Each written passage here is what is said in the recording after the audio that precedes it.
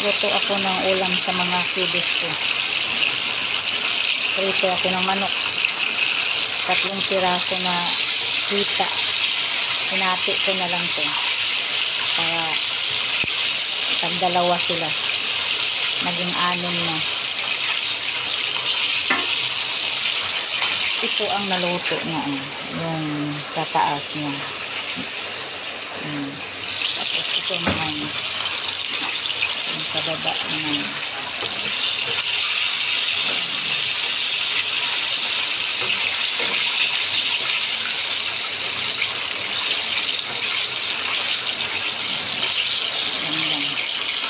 Sa mga bata lang yan. Kami, isda lang kami. Ayan. Paksiw din sa amin. Ayan. Ayan, paksiw. 2 isda din yan. Hiniwa ko na lang ng 3 para dumami-dami. Para tipid portion ba. Mahirap ang buhay. Mahirap maghanap ng pera.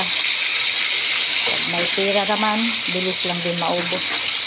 Kaya, pag marunong ka magtipid, tipirin na.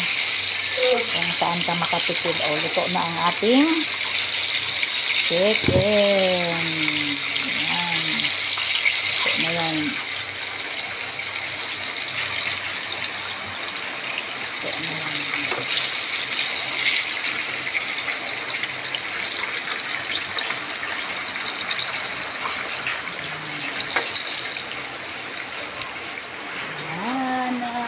Ang ating chicken.